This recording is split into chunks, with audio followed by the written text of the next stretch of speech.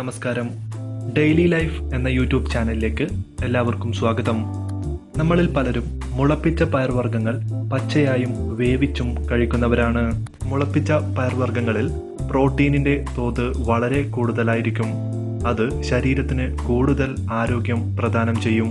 അതിനാലാണ് നമ്മുടെ ഭക്ഷണ രീതിയിൽ മുളപ്പിച്ച പയർവർഗ്ഗങ്ങൾ ഉൾപ്പെടുത്തുന്നത്. സാധാരണയായി ചെറുപയർ, കടല, ചോളം, മുതിര എന്നിവയെല്ലാമാണ് മുളപ്പിച്ച് കഴിക്കാവുന്നത്.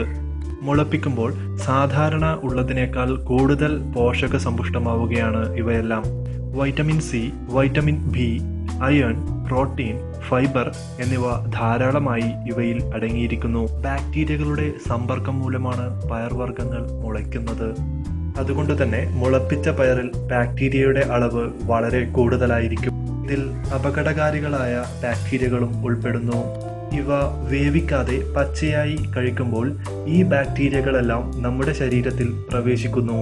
ഇവ ഒരുപക്ഷെ ഗുരുതരമായ ആരോഗ്യ പ്രശ്നങ്ങൾ ഉണ്ടാക്കിയേക്കാം.